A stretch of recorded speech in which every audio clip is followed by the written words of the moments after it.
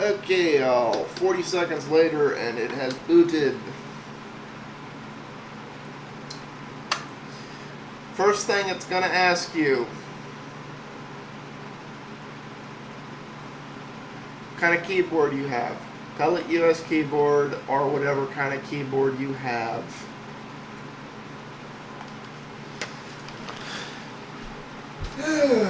And in case anybody's noticed, my modulator box is fat up.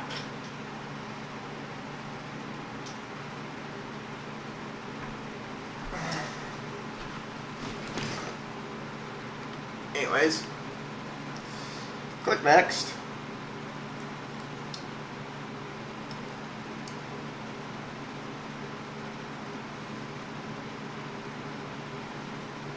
And Linux will start to boot. Okay, I'm not going to keep resetting the modulator box because it's already fucked up again.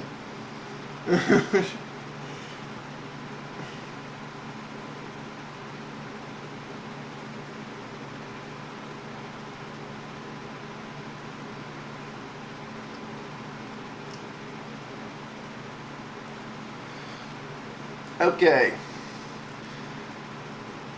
Those of you who don't recognize this is KDE4. This is where Linux is going now. There goes this nice little weird startup music. Now, again, you can screw around with stuff and love stuff, but see, I clicked the menu and it took a second to lag. Like I said, it lags like heck on the live CD. That's why I recommend, if you're not committed to install, do copy to RAM and do it that way. I'm committed to install for the purposes of this demo because to show you the stuff I want it running from the hard drive. On the desktop, there's this little thing called Install PC Linux OS.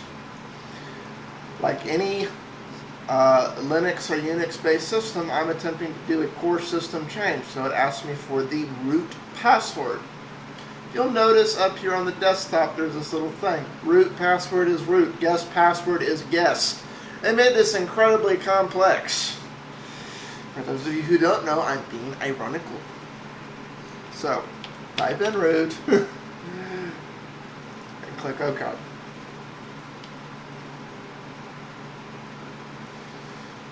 Depending on your system, that may take a second to launch. Wait patiently. I've seen it take up to 2 minutes on really, really crappy systems with really crappy CD drives. Most notably, a system that was slightly crappier than that R52 I showed you in part 1. You know, this is a really complex install. There's a cancel or next button. You click the next button. Computing the size of the Microsoft Windows partition. This thing here will come up. It shows a bunch of things. Don't get intimidated by this thing. The default option, because you resized earlier, is going to be use the free space. If you did not resize the free space in your Microsoft partition, there is an option here to use free space on Microsoft Windows partition. If you're running XP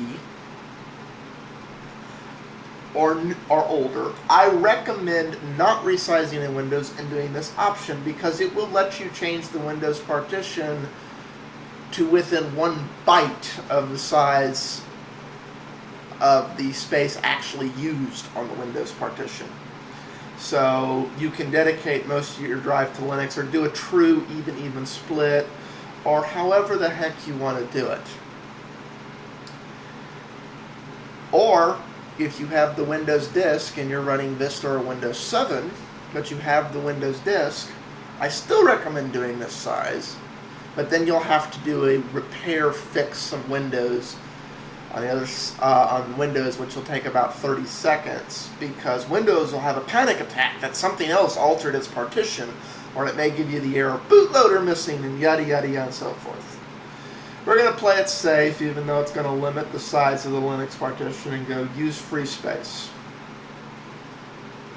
Again, if you followed the tutorials we're doing here, this is the default option. All you have to do is click Next.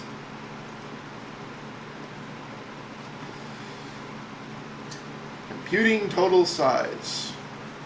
Now, don't panic. This thing's saying formatting partition SDA5, and the next thing it's going to do is say formatting partition SDA7. Depending on the size of your drive, this may take a little bit.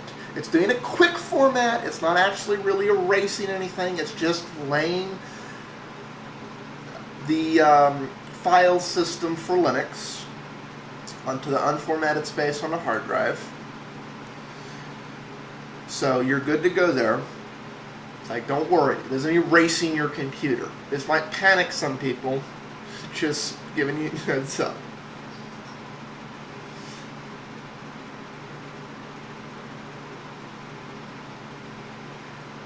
And then it'll start installing. Again, this is going to vary on your system, but on the average, the install is going to take about 20 minutes. On this system, it's going to be faster. My guess is it will finish before this video is done. Which is why I'm going to let it do it and mess with it. This is real time. I'm not editing.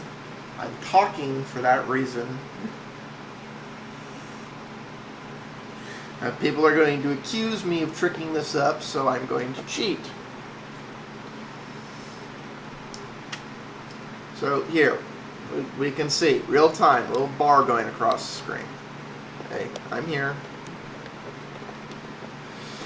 I'm not cheating this. The bar's going across the screen at that rate.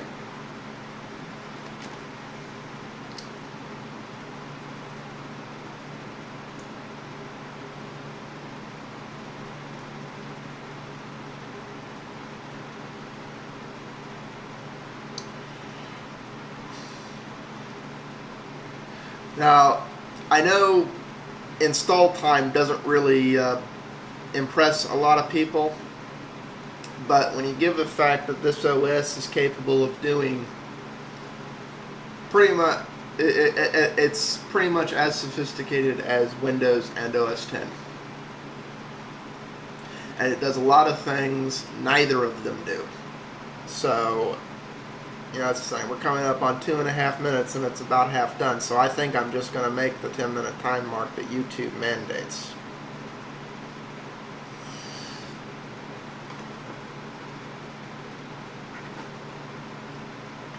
It's going to be close.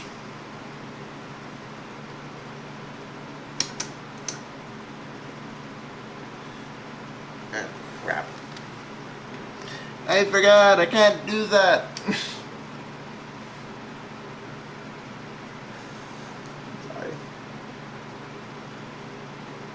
See if we can't let it finish.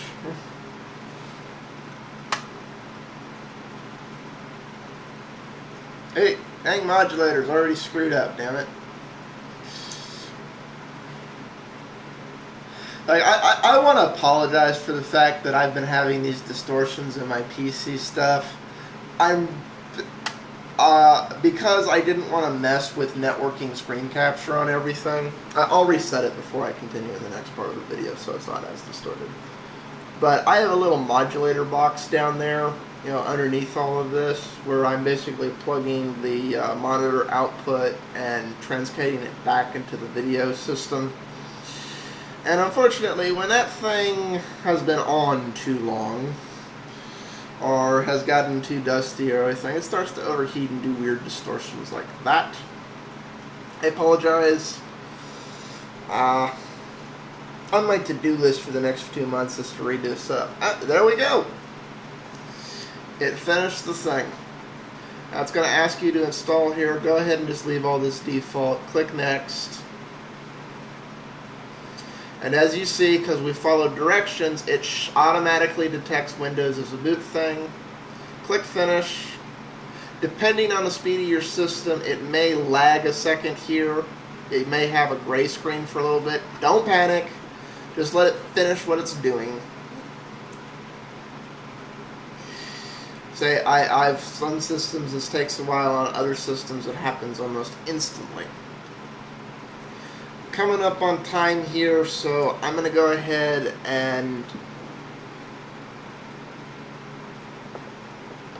switch back,